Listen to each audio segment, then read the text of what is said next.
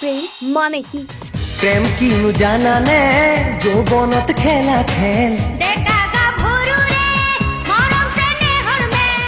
ৰূপজ্যোতি কুৰ্মীৰ মুখত হঠাৎ কিয় প্ৰেমৰ সংজ্ঞা? প্ৰেম মানে কি? প্ৰেম ইজনে এজনক বুজা, ইজনে এজনক সন্মান কৰা, ইজনে এজনক সহানুভূতি দেখুওৱা। কি ভুলত কোনে হেৰুৱালে প্ৰেম? পুনৰ চৰ্চাত মৰিয়নিৰ বিধায়ক ৰূপজ্যোতি কুৰ্মী। ফাগুন ফেব্ৰুৱাৰীৰ চঞ্চলতাৰ মাজতে এইবাৰ প্ৰেমৰ সংজ্ঞা দাঙি ধৰিলে ৰূপজ্যোতি কুৰ্মীয়ে। ৰূপজ্যোতি কুৰ্মীৰ ভাষাত প্ৰেম মানে কি? একোটা নাৰিকলৰ দুডাল পাইপেৰে পানী খুৱাই প্ৰেম। এজনে সিজনৰ প্ৰতি দেখুওৱা সহানুভূতি প্ৰেম। প্ৰেম এজনে আনজনক বুজা। বিধায়ক কুৰ্মীৰ ভাষ্য অনুসৰি প্ৰেম কেতিয়াও প্ৰতাৰণা হ'ব নালাগে। কিন্তু হঠাৎ ৰূপজ্যোতি কুৰ্মীৰ মুখত কিয় শুনা গ'ল প্ৰেমৰ সংজ্ঞা? সমাগত লোকসভা নিৰ্বাচনৰ প্ৰাক মুহূৰ্তত কোনে প্ৰেম ধৰি ৰাখিব নোৱাৰা কথা ক'লে বিধায়ক কুৰ্মীয়ে।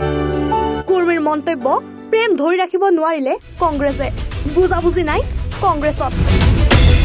সেয়েহে প্ৰেমো নাই কংগ্ৰেছত।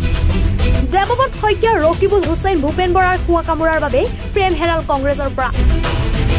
কংগ্ৰেছে এতিয়া যিমানে একচন নলওক কিয় প্ৰেম আৰু ধৰি ৰাখিব নোৱাৰে। কংগ্ৰেছৰ ভোট সশাস্থিতিক বুজাবলৈ গৈ এইদৰে প্ৰেমৰ সংজ্ঞা দাঙি ধৰিলে বিধায়ক ৰূপজ্যোতি কুৰ্মীয়ে। তেওঁলোকে প্ৰেমটো ৰাখিব নোৱাৰিলে। প্ৰেমত চিটিং হ'ব নালাগে, প্ৰেমত আচল প্ৰেম হ'ব লাগে। প্ৰেম মানে কি? প্ৰেম ইজনে এজনক বুজা, ইজনে এজনক সন্মান কৰা, ইজনে এজনক সহানুভূতি দেখুওৱা, ইজনে এজনক একেলগে কিবা এটা আহিলে শ্বেয়াৰ কৰি খোৱা, এটা নাৰিকল দুটা পাইপেৰে খোৱা, সেইটোৱে প্ৰেম। এটা নাৰিকলৰ ডাব একেলগে দুটা পাইপে খোৱা। কিন্তু ইয়াত অকল দেৱব্ৰত শইকীয়া, ৰকিবুল হুছেইন, ভূপেন বৰা এই তিনিজন মানে চব খাব বিচাৰে। আৰু যাৰ কাৰণে আজি এই ভাগ বতৰা নোহোৱাৰ কাৰণে প্ৰেম, আচল প্ৰেম নোহোৱাৰ বাবে ভেলেণ্টাইন ডে প্ৰেমৰ দিনাখনে যেতিয়া তেওঁলোকে ৰেপিড একশ্যন কিবা একশ্যনৰ যোগেদি তেওঁলোকে ধৰি ৰাখিব পৰা নাই, তেওঁলোকে এতিয়া যিমানে একশ্যন গ্ৰুপ বনাওক তেওঁলোকে আৰু ধৰি ৰাখিব নোৱাৰে। বুজাবুজিৰে একোটা নাৰিকলত দুডাল পাইপেৰে দুজনে নাৰিকলৰ পানী সোৱাদ লোৱা যিদৰে প্ৰেম, এটা ৰাজনৈতিক দলত খোৱা কামোৰা নকৰাকৈ বুজাবুজিৰে থকাই ৰাজনৈতিক দলৰ প্ৰেম, যি বৰ্তমান বিলুপ্ত কংগ্ৰেছত। Bureau' report, any Bharat 24। আপুনি ঔষধ বিচাৰি হাবাথুৰি খাইছে নেকি?